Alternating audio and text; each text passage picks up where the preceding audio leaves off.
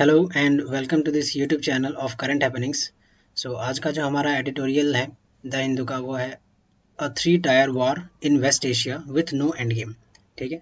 So basically जो आज का जो एडिटोरियल है वो किस चीज़ पे बेस्ड है। इसराइल जो 3 टायर वॉर फेस कर रहा है अभी, जैसे फर्स्टली गाज़ा के साथ, देन अभी करेंटली जो स्टार्ट हुआ है ईरान के साथ, एंड प्लस लेबनान के साथ। ये 1, 2 एंड 3 टायर वॉर जो भी इसराइल फेस कर रहा है। ठीक है। प्लस इस एडिटोरियल में बहुत सारी बातें की गई हैं, जैसे पर्सपेक्टिव बताए गए हैं कि ये वॉर का क्या कॉन्सिक्वेंसेस होगा, कॉन्सिक्वेंसेस क्या होगा, प्लस ये वॉर इसराइल जीतेगा या नहीं जीतेगा, और जीतेगा तो कौन जीतेगा, प्लस वॉर से बेटर एक सोल्यूशन। ठीक है, एक सोल्यूशन भी डिस्कस किया गया है इस समय। आप डिफरेंट एस्पेक्ट्स इसमें कवर कर सकते हो। ठीक है। Before moving on to the analysis part, I would request you one thing, that if you find this video useful, then please do let me know in the comment section box, and if not, then you can just like the video. ठीक है। Let's start the analysis. Firstly, story। तो writer story begin करते हैं United nation security, US के national security adviser जेक Sullivan के एक ऐसे से, कि अक्टूबर 2023 में जेक सुलिवान ने एक ऐसे लिखा था जिसमें उन्होंने मेंशन किया था कि मिडिल ईस्ट में अभी काफ़ी शांति हो गई है, जो एक टाइम पे काफ़ी अशांत हुआ करता था। जैसे वार होते थे रहते थे, जैसे 1948 में, 1967 में। ठीक है। वार हमेशा रहता था, मतलब मिडिल ईस्ट जो है वो एक डिस्टर्ब रीजन रहता था, बट अभी एक शांत रीजन हो गया है। जेक सुलिवान ये लिखते हैं। ठीक है। प्लस वो ये भी लिखते हैं अपने ऐसे में कि इसराइल पैलेस्टीन का जो इशू है वो भी अभी डी एक्सकलेट हो गया है, वो भी अभी कम हो गया है। ठीक है। यहाँ से बिगेन होता है, राइटर जो है स्टोरी स्टार्ट करते हैं। Then after that the writer writes in this editorial that कि आफ्टर दिस ऐसे, मतलब within few days of this ऐसे, कुछ ही दिनों के बाद, जैसे 7 अक्टूबर, हमास जो है वो अटैक कर देता है इसराइल पे, and it is the one of the deadliest attack ever, जिसमें ऑलमोस्ट 1200 पीपल डेड है, प्लस जो है 250 हॉस्टेज बनाए गए थे। इसराइल पे अभी तक का सबसे ज़्यादा डेडलीस्ट अटैक था ये। ठीक है। यहाँ पे ये मेंशन करते हैं। फिर नेक्स्ट जो है राइटर बताते हैं कि जेक सुलिवान का ये कहना कि ये शांत रीजन हो गया है, उनका प्रेडिक्शन, प्रोग्नोसिस, वो अमेरिकन पर्सपेक्टिव से एकदम सही है, बट मिडिल ईस्ट के पर्सपेक्टिव से सही नहीं था, क्योंकि उन्होंने एक पर्सपेक्टिव छोड़ दिया था, वो था इसराइल एंड पैलेस्टीन इशू। उन्होंने इसको हल्के में ले लिया था, फिर उन्होंने ये प्रोग्नोसिस किया था। ठीक है। देन ही सेज दैट कि लास्ट ईयर ही 2023 में, इनफैक्ट 2020 से ही इसराइल एंड अरब कंट्रीज़ के बीच में रिलेशंस अच्छे हो रहे थे। जैसे अब्राहम अकॉर्ड आया, Israel, Saudi Arabia, Bahrain, UAE, इन सब के बीच में, ताकि रिलेशंस अच्छे हो। प्लस 2023 में सऊदी अरेबिया ने G20 के समिट में इसराइल के साथ अपने अच्छे रिलेशंस बनाने के लिए बोला था। ठीक है, बात की थी उन्होंने, बट उन सब ने एक चीज़ जो है ओवरलुक किया, वो था पैलेस्टीन का क्वेश्चन, इसराइल पैलेस्टीन का जो इशू चल रहा था वो। ठीक है। आई होप स्टोरी आपको यहाँ तक समझ में आया होगा।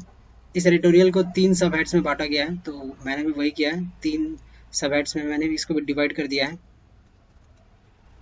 ठीक है। पहला है two narrative, then octopus doctrine, then Iran question. तीनों हम लोग डिस्कस करेंगे डिटेल में। ठीक है। स्टार्ट करते हैं। तो सबसे पहले स्टार्ट करने से पहले एक बार आप मैप में देख लीजिए कि इसराइल, ईरान, लेबनान, ये सब कहाँ है। ठीक है। ये हमारा वर्ल्ड मैप है। ठीक है। ये मिडिल ईस्ट का मैप है, एंड ये Israel, Lebanon and Gaza, Palestine, ये सब का मैप है। ठीक है। डिटेल। ये सबसे पहले ये इंडिया यहाँ पे आप देख सकते हो, और यहाँ पे ये है मिडिल ईस्ट। ये पार्ट है मिडिल ईस्ट, इसी को जूम इन किया गया यहाँ पे। तो मिडिल ईस्ट है, यहाँ पे आप देख सकते हो इजराइल यहाँ पे समवेयर दिख रहा होगा आपको, छोटा सा कंट्री है यहाँ पे, तो इसको यहाँ पे जूम इन किया है, ठीक है, यहाँ पे दिख रहा होगा जो मेडिटेरेनियन सी से लगा हुआ है, ठीक है। एंड साथ ही में यहीं पे उसी के ऊपर में लेबनान है जो यहाँ पे आपको दिख रहा होगा, ये देख लीजिए, ठीक है। एंड ईरान कहाँ है, तो ईरान यहाँ पे है, मतलब इजराइल एंड ईरान का डायरेक्ट बॉर्डर शेयर नहीं होता है, बीच में सीरिया, इराक ये सब आ जाता है, जॉर्डन आ जाता है, ठीक है। आई होप मैप में आपको क्लियर होगा कि किसकी कौन सी कहाँ पे क्या पोजीशन है, ठीक है। So now let's start. सबसे पहले है टू नैरेटिव्स। यहाँ टू नैरेटिव्स किस लिए बात किया गया है, तो सबसे पहले यहाँ पे इसलिए क्योंकि दो नैरेटिव्स हैं। सबसे पहले इजराइल 2023 तक G20 समिट तक हैप्पी था, क्यों, क्योंकि ऑब्वियसली इसके रिलेशंस बाकी अरब कंट्रीज के साथ अच्छे हो रहे थे, प्लस दूसरा नैरेटिव था कि अरब कंट्रीज भी खुश थे क्योंकि वो भी इजराइल के साथ अब लड़ाई नहीं चाहते थे, समझौता कर लिया था उन्होंने, ठीक है। और वही चीज़ G20 में भी सऊदी अरेबिया ने बताया था।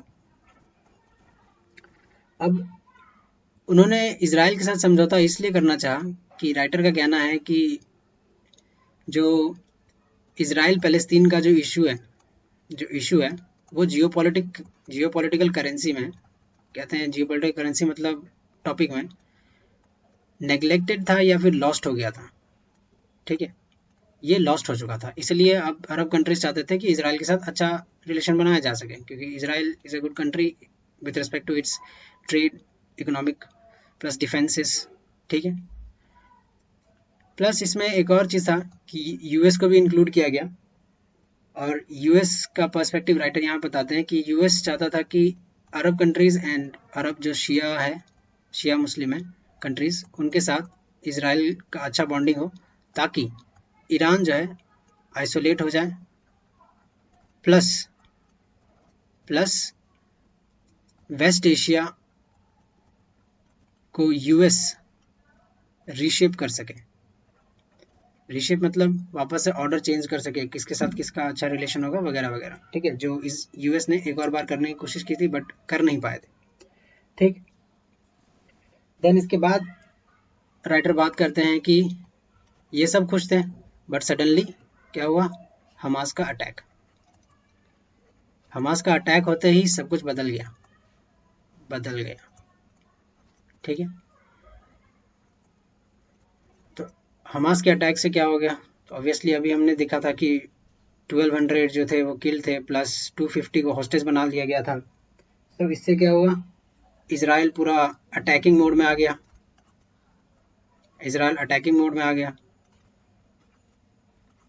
अब इससे क्या हुआ कि इजराइल जो एक टाइम पे सोचता था कि पैलेस्तीन एंड गाजा जो है उसके बस सिक्योरिटी के लिए डिस्टर्बेंस है, सिक्योरिटी के लिए छोटे मोटे डिस्टर्बेंस की तरह है, वो ऐसा सोचता था। बट इस अटैक के बाद Israel believing that this are the security threat, as a result Israel entered into Gaza and it is still there for 12 months. It's been 12 months, ठीक है। और वहाँ पे उन्होंने क्या किया, ऑलमोस्ट 41,000 लोगों को मार दिया, killed, plus more than 1 lakh got injured, plus 2.3 million people got displaced, मतलब उनको अपना घर छोड़ के जाना पड़ा कहीं और, गाजा में जो अटैक किया इजराइल ने, ठीक है। सो ये सारी चीज़ें हुई हमास के अटैक के बाद जो अभी तक चल रहा है, ठीक है। अब नेक्स्ट 2 नैरेटिव्स यहाँ पे ख़त्म हो गया। अब नेक्स्ट है कि ऑक्टोपस डॉक्ट्रिन में राइटर क्या कहना चाहते हैं। ऑक्टोपस डॉक्ट्रिन में सिंपली ये कहना चाहते हैं राइटर कि जब ऑन स्लॉट स्टार्ट हुआ इजराइल के द्वारा गाजा पे, ठीक है, गाजा या फिर हमास कहें, तो एक और मिलिट्री आउटफिट हिजबुल्ला जो ईरान के द्वारा बैक्ड है, यूँ समझ लीजिए कि ईरान डायरेक्टली इसको फंड करता है अपने काम करवाने के लिए दूसरे जगह से, ठीक है। सो हिजबुल्ला ईरान का ये एक आउटफिट ही समझ लीजिए जो लेबनान में बैठा हुआ है। तो इसने क्या किया, लेबनान आप देख सकते हो यहाँ पे, ये रहा लेबनान। तो यहाँ से हिजबुल्ला ने इजराइल पे अटैक करना स्टार्ट किया, ठीक है। अब हिजबुल्ला ने लेबनान से अटैक करना स्टार्ट किया इजराइल पे। तो अब क्या होगा, तो इससे क्या हुआ कि अब इजराइल जो है नॉर्थ से भी अटैक करना स्टार्ट कर दिया। मतलब गाजा में तो वो अटैक चल ही रहा था, बट अब हिजबुल्ला के पीछे भी पड़ गया कि अब हिजबुल्ला को भी हटाना है, ठीक है। एज ए रिजल्ट इजराइल ने क्या किया, ईरान में जो एम्बेसी है उस पर अटैक कर दिया। इससे क्या हुआ, ईरान डायरेक्टली इन्वॉल्व हो गया। आई होप आपको स्टोरी समझ में आ रही होगी कि कहाँ से क्या चल रहा है, ठीक है। तो कैसे ईरान इन्वॉल्व हुआ इन सब चीज़ों में। ईरान तो इनडायरेक्टली इन्वॉल्व था ही हिजबुल्ला के थ्रू, बट एम्बेसी में अटैक करने से ईरान भी डायरेक्टली इन्वॉल्व हो गया। अब राइटर यहाँ पे कहते हैं कि इजराइल का जो 3 टायर वॉर है, जैसे गाजा में एक है, लेबनान में है, प्लस ईरान में भी चल रहा है। सो 3 टायर जो वॉर है उसका 3 अलग अलग ऑब्जेक्टिव्स हैं। जैसे अगर सबसे पहले बात करें तो गाजा में इसके अटैक करने के पीछे ऑब्जेक्टिव क्या था, तो 2 ऑब्जेक्टिव था। सबसे पहला किल करना किसको, हमास को, एंड दूसरा हॉस्टेजेस को छुड़ाना, ठीक है, हॉस्टेजेस को छुड़ाना। सेकेंड टायर पे आता है लेबनान। तो यहाँ पे अटैक करने के पीछे क्या कारण था, सिंपल कारण, हिजबुल्ला को इजराइल के बॉर्डर से हटाना, ठीक है। एंड थर्ड है ईरान पे अटैक करने के पीछे क्या कारण था, तो इस पे बड़े डिटेल से बताया गया है कि ईरान के द्वारा सिर्फ हिजबुल्ला को बैक नहीं किया जाता है। ईरान जो है हिजबुल्ला प्लस हमास, फिर हौदीज जो आपको यमन में मिलेंगे, अभी ये भी हौदीज भी न्यूज़ में थे क्योंकि ये रेड सी में अटैक कर रहे थे हर शिप पे, ठीक है। तो इसके लिए भी यूएस एंड यूके आए थे, हौदीज को एलिमिनेट करने के लिए आए थे रेड सी में, क्योंकि ये लोग डिस्टर्ब कर रहे थे ट्रेड को, ठीक है। तो हौदीज, हमास, हिजबुल्ला, ये सब ईरान के एक तरह से आप मान लो कि टेंटिकल्स हैं। जैसे यहाँ पे बात की है ना ऑक्टोपस डॉक्ट्रिन, तो ऑक्टोपस क्या है, जैसे ऑक्टोपस के बहुत सारे पैर होते हैं ना, जैसे ऑक्टोपस के बहुत सारे पैर होते हैं, सपोज ये ऑक्टोपस है एक, बहुत सारे होते हैं, ठीक है। उसमें से यहाँ पे बोला गया है कि ऑक्टोपस का हेड है ईरान, प्लस उसके जो हमास, हौदी, हिजबुल्ला, ये सब टेंटिकल्स हैं। तो इजराइल ने अटैक किया हमास पे, हिजबुल्ला पे, हौदीज पे, ठीक है, ताकि ईरान को कमज़ोर कर सके, वीकेन कर सके, ठीक है। बट राइटर यहाँ पे अब एक सवाल पूछते हैं कि is this an achievable target या फिर गोल। क्या जो इजराइल इतना अटैक कर रहा है हमास पे, हौदी पे, हिजबुल्ला पे, ईरान पे, ये सब का एंड है क्या, या फिर ये सब जो इजराइल अटैक करके जो अभी हमने डिस्कस किया था, ये जो गोल है, जैसे हमास को किल करना, हॉस्टेज को छुड़ाना, हिजबुल्ला को हटाना, ये सब क्या अचीवेबल है या नहीं है, ठीक है। सो राइटर यहाँ पे ये बात करते हैं। अब राइटर ये भी बताते हैं कि क्या ये सब अचीवेबल है। अब राइटर बताते हैं कि गाजा में जो अटैक लॉन्च किया था उसको 12 महीने हो गए। अब 12 महीने में भी इतने सारे किलिंग्स के बाद भी 365 किलोमीटर्स का एनक्लेव अभी भी बचा हुआ है गाजा में। मतलब अभी तक इजराइल यहाँ से पूरा हमास को साफ नहीं कर पाया। So not achieved. लेबनान में भी ग्राउंड अटैक भी किया, प्लस एयर अटैक तो होता ही है हिजबुल्ला के लिए।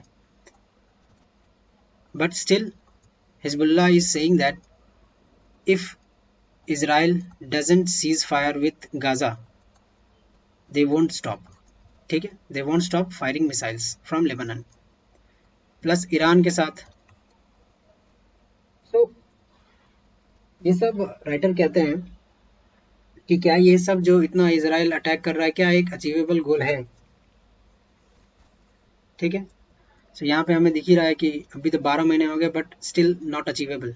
ठीक है, कुछ हासिल नहीं हुआ इस वॉर से। ठीक है, इसी क्वेश्चन के साथ और वही डिस्कशन के साथ जो है राइटर आगे बढ़ते हैं और नेक्स्ट सब हेडिंग में घुसते हैं ईरान क्वेश्चन। ठीक है, सब ईरान क्वेश्चन क्या है? ईरान को वही थर्ड प्रॉब्लम इसराइल के लिए। अब इसमें राइटर कहते हैं कि आईडीएफ जो इसराइल डिफेंस फोर्स है उनके पास ग्रेट पावर है कि वो ईरान में घुस के मतलब फुल पेनेट्रेट करके फुल प्रिसीशन के साथ कोई भी अटैक कर सकता है। मतलब जहां वो चाहे उसके ईरान में अटैक अपना कर सकते हैं मिसाइल के थ्रू पिन पॉइंटली। ठीक है, बट क्या इससे वॉर रुकेगा? स्टिल राइटर यही वापस से पूछ रहे हैं कि क्या वॉर रुकेगा। ठीक है, देन इसके बाद जो है ये क्वेश्चन के बाद राइटर सोल्यूशन देते हैं। सोल्यूशन में है कि सबसे पहले सीज फायर करना होगा इसराइल को गाजा के साथ। ठीक है, सेकेंडली राइटर कहते हैं कि पैलेस्टीन का जो इशू है उसको रिजॉल्व करना होगा, पैलेस्टीन इशू को रिजॉल्व करना होगा। ठीक है, ये दो सोल्यूशन राइटर ने दिए और फिर राइटर का कहना है कि इसराइल जो है वो इन दोनों में से किसी को अपनाना नहीं चाहता। ठीक है, नाइदर एक्सेप्टिंग दिस टू। ठीक है, बल्कि इसराइल जो है चाहता है रीशेप करना वेस्ट एशिया को वापस से नए ऑर्डर में अपने हिसाब से। ठीक है, जो कि यहाँ पे वापस से राइटर जो है यूएस का एग्जांपल देते हैं और कहते हैं कि यूएस भी एक टाइम पे करना चाहता था बट दे फेल्ड। ठीक है, सो आई होप आपको ये एडिटोरियल समझ में आया होगा। Thank you.